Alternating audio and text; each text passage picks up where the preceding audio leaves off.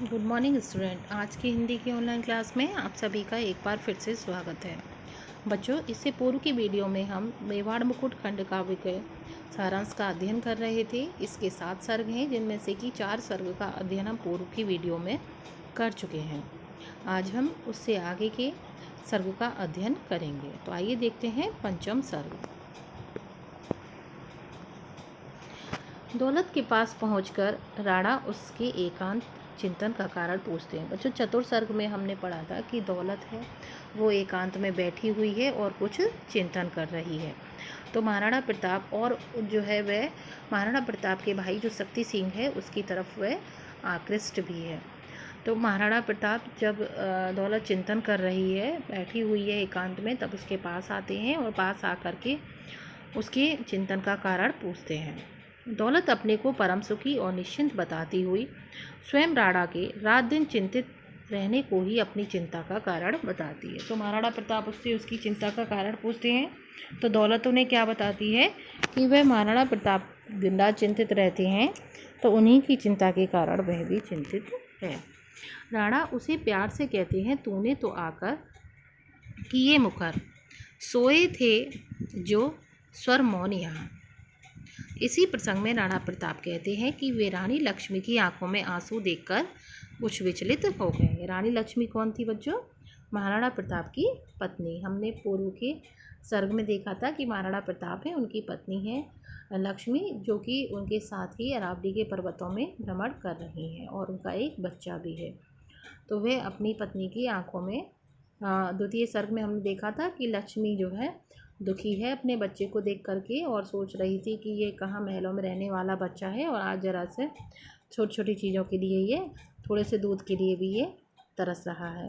तो इसीलिए वह दुखी थी, परेशान थी। तो महाराणा प्रताप भी अपनी पत्नी के दुख को देख करके दुखी हो जाते हैं, विचलित हो जाते हैं। तो उसी के बारे में बता रहे हैं कि राणा प्रताप कहते हैं कि रानी लक्ष्मी की आंखों में आंसू देखकर कुछ विचलित हैं।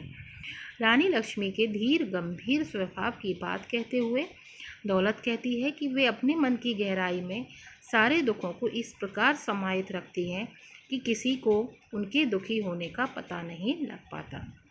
उनकी आंखों में आंसू होने का अर्थ निश्चित ही कोई असामान्य घटना है।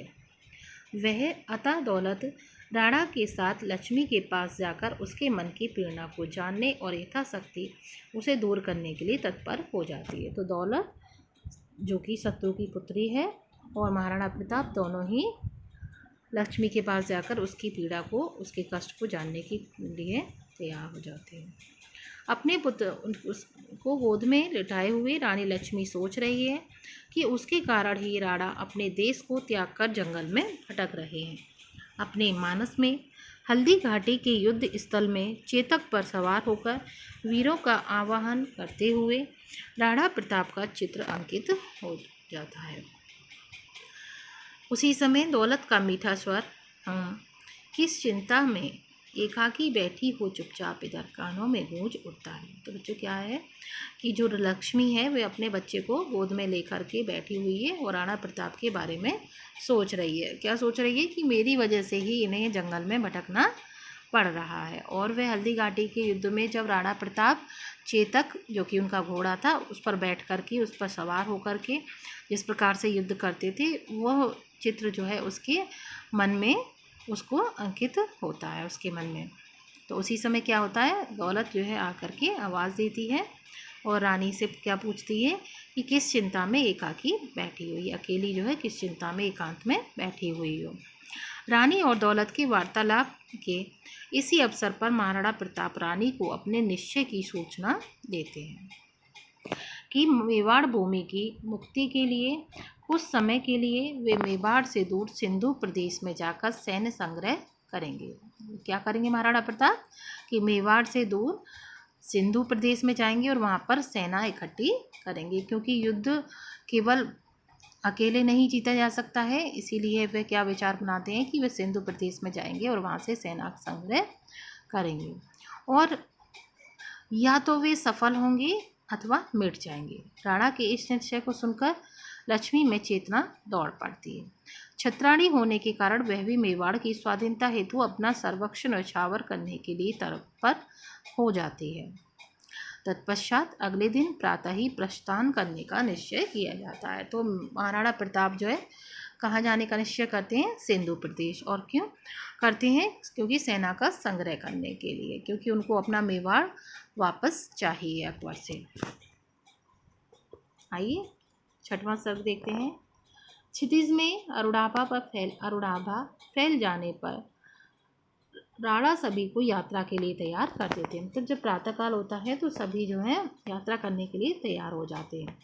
उसी समय एक अनुचर अकबर के दरबारी कवि पृथ्वीराज का पत्र लाकर राणा को देता है। अकबर जो थे बच्चों, उनके दरबार में एक कवि थे, दरबारी कवि थे वे, उनके क्या नाम था उनका? पृथ्वीराज।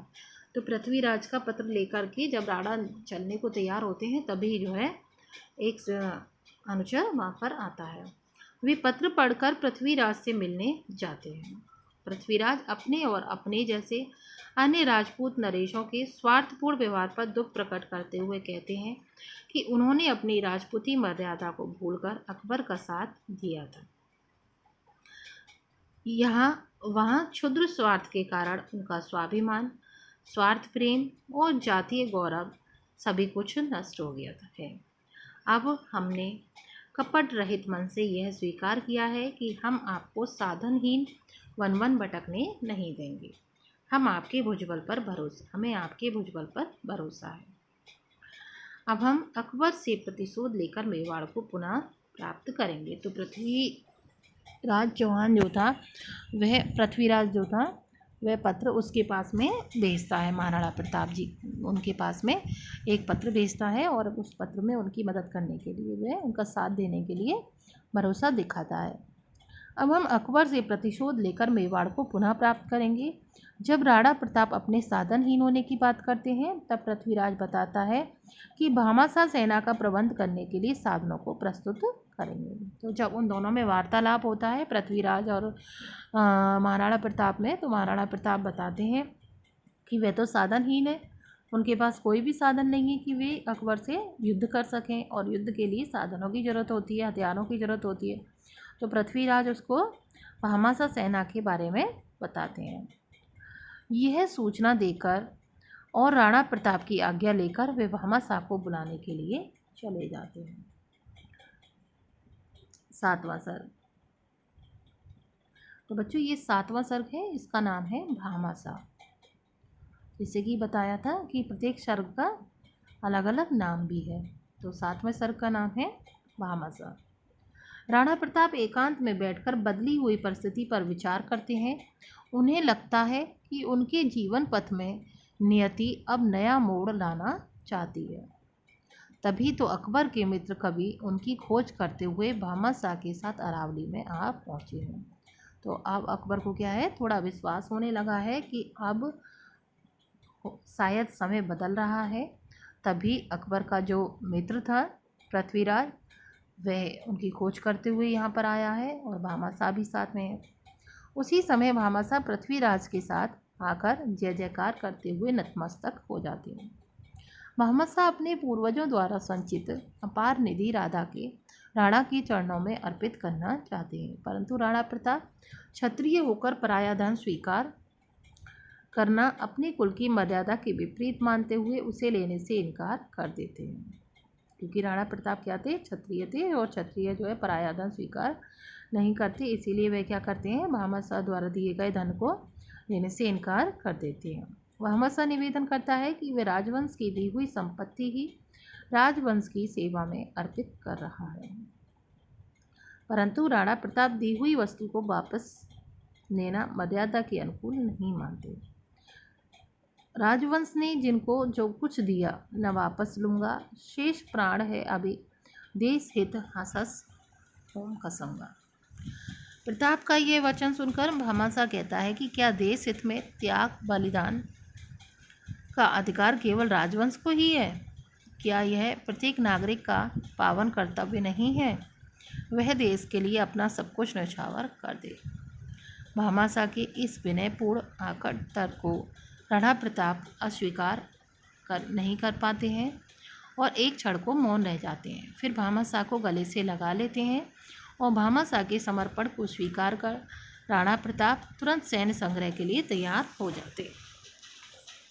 अब मेवाड़ की मुक्ति का स्वप्न उन्हें साकार होता हुआ दिखाई देने लगता है और यहीं मेवाड़ मुकुट खंडिका की समाप्ति हो जाती है। तो बच्चों, यह था मेवाड़ मुकुट खंडिका, जिसके कि 7 सर्ग हैं और 7 सर्गों के अलग अलग नामकरण भी किया गया है और जिसमें महाराणा प्रताप की इसमें कहानी को दिखाया गया है।